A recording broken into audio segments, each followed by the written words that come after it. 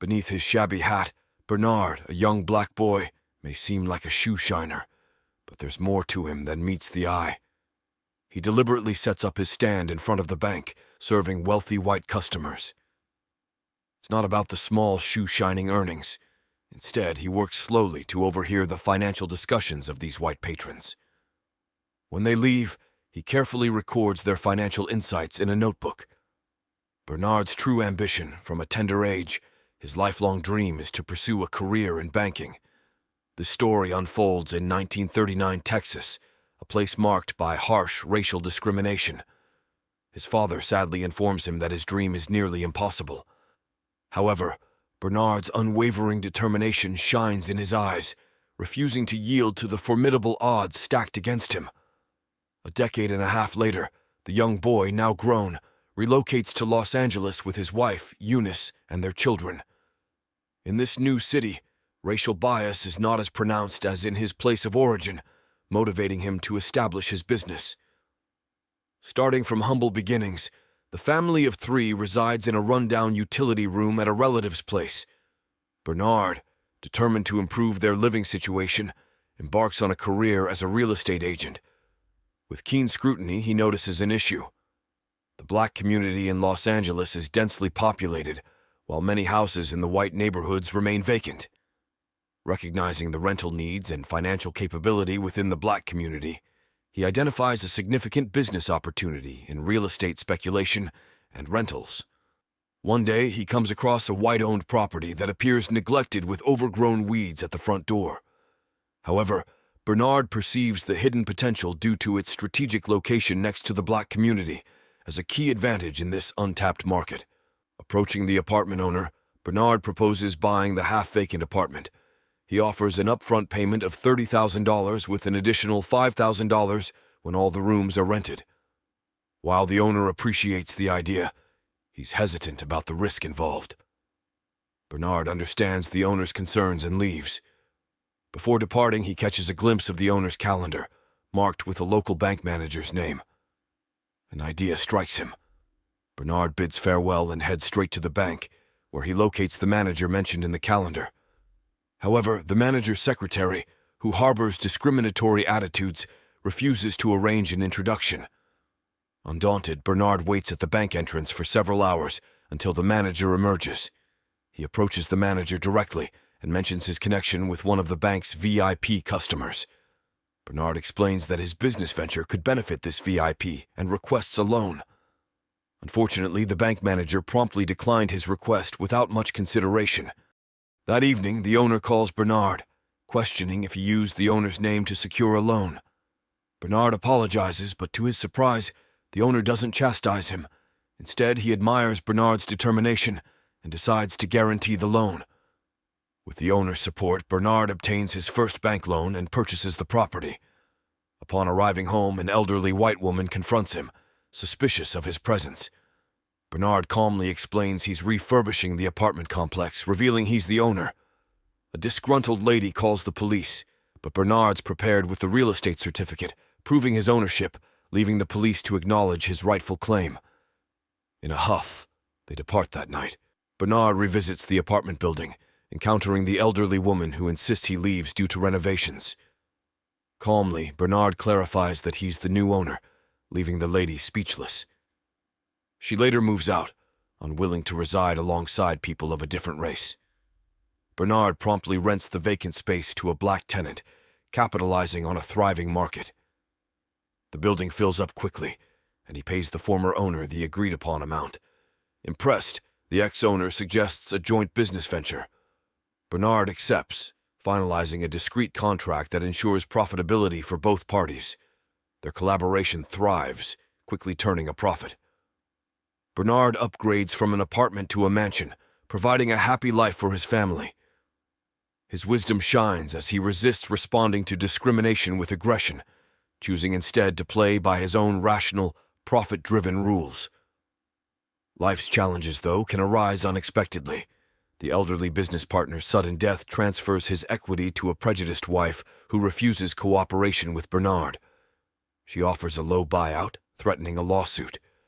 Bernard, determined to fight injustice, seeks a supportive witness for the courtroom battle. To demonstrate his bond with the former owner, Bernard considers the bank manager, but finds the manager is with the widow. Disheartened, Bernard spots systemic discrimination within the bank, sparking a bold idea. He contemplates purchasing the building housing 4 banks that have shut their doors to him due to his race. He shares the plan with an additional African-American property developer, Joe, who initially doubts it.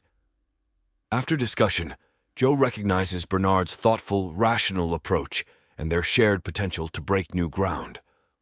Bernard desires ownership of the building to secure bank services and real estate insights, ensuring smooth business operations.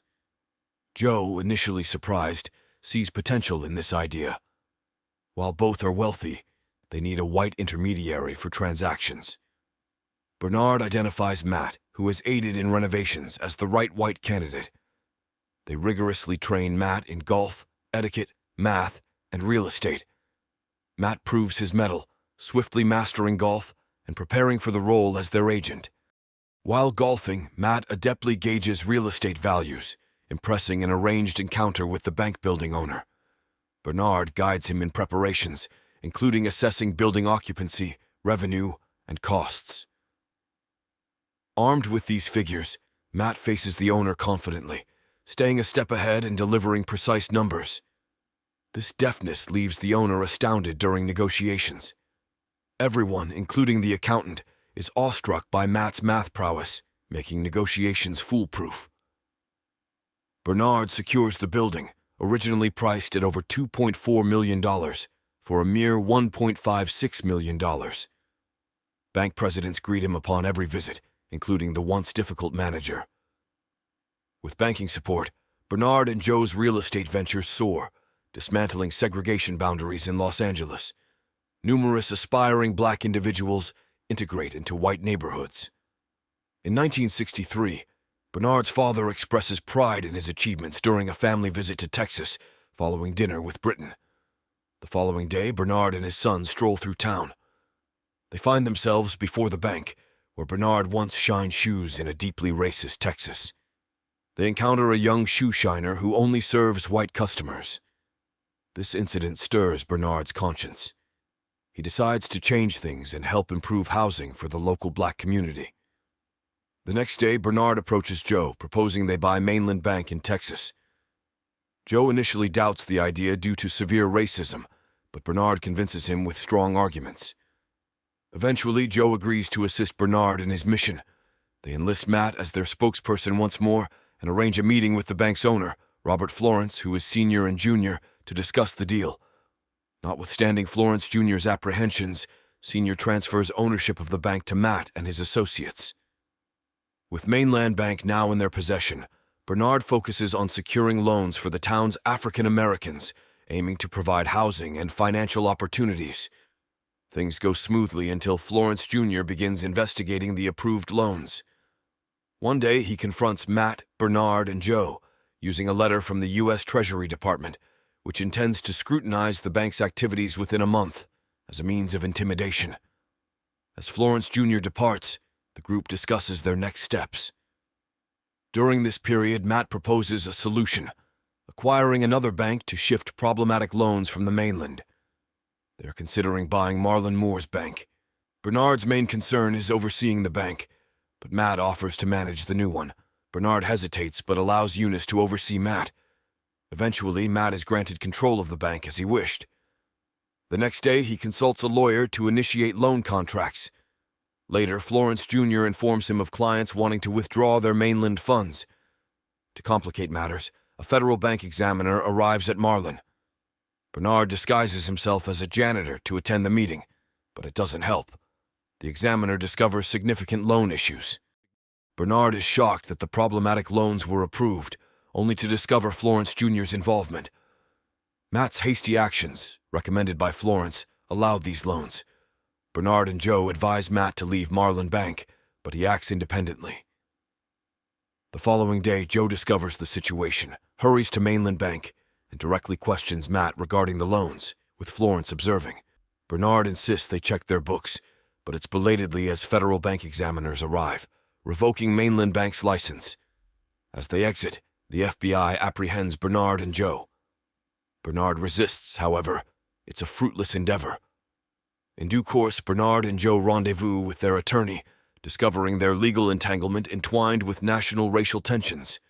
Meanwhile, Matt engages in a dialogue with Senator McClellan, contemplating the possibility of testifying against his associates in exchange for his liberty. Matt ponders his subsequent steps that evening and makes a crucial phone call. Subsequently, Matt adheres to McClellan's counsel and provides testimony against his partners during a Senate hearing the following day. Later that day, Bernard meets with McClellan. He faces a choice: accept immunity, confirm Matt's testimony, or speak his truth, risking jail. Bernard bravely exposes long-held sentiments about racial discrimination. Consequently, he and Joe face financial ruin and federal prison, while Florence Jr. acquires the bank inexpensively. In the meantime, Matt Steiner remained uncharged with any wrongdoing. Several years later, Bernard and Joe completed their prison sentences. Eunice found it peculiar that the two men appeared content despite their financial losses. To her surprise, Joe revealed that they owned neighboring properties in the Bahamas. Eunice couldn't believe it and asked Bernard how this came to be. As it turned out, Matt had called Bernard the night before his deposition, informing him about the senator's offer and extending an apology.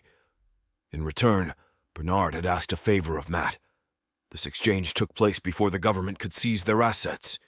The story concludes by revealing that Bernard and Joe's residential properties played a vital role in the fight against housing segregation in Los Angeles.